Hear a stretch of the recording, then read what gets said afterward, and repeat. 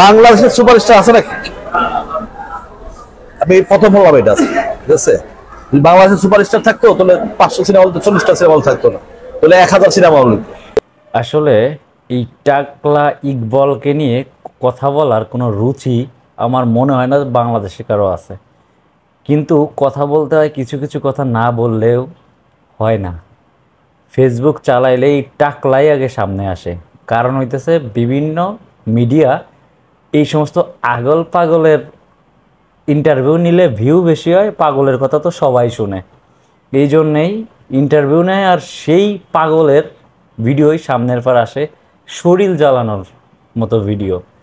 ও যে কত বড় পাগল, ও কি ওর গোষ্ঠী মানে ওর বংশের সবাই কি এরকম ওর মতো মানে তার সিরা কিনা এটা আমার জানা নাই।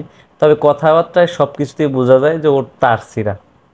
ও যখন পাসওয়ার্ড ছবি শাকিব খানের সাথে করলো, তখন কিন্তু আমরা দেখেছি সবাই যে পিছনে শাকিব খানের বাচ্চাকে মানে দারোয়ানের মতো কোলে নিয়ে নিয়ে পিছনে বডিগার্ডের মতো হাঁটছে। সুপারস্টার বলছে, এটা করছে ওটা করছে এই সেই। আর এখন নাকি বাংলাদেশে কোনো সুপারস্টারই নাই, কোনো সুপারস্টার নাই। মানে একটা মানুষ মেন্টালি একটা তো 2-1 দিন পাগল হয়, কথাবার্তা বলে, সেটা মানা যায়। কিন্তু কন্টিনিউ যদি এরকম করে পাগলামি করে কথাবার্তা বলে, মানে ও তো থাকার কথা পাবনা। ও মানুষের ভিতর এরকম যে একটা মানে কথাবার্তা বলে, মানুষ কিভাবে নেয় এরকম কথাবার্তা, এটাই তো মাথায় ঢুকবে না।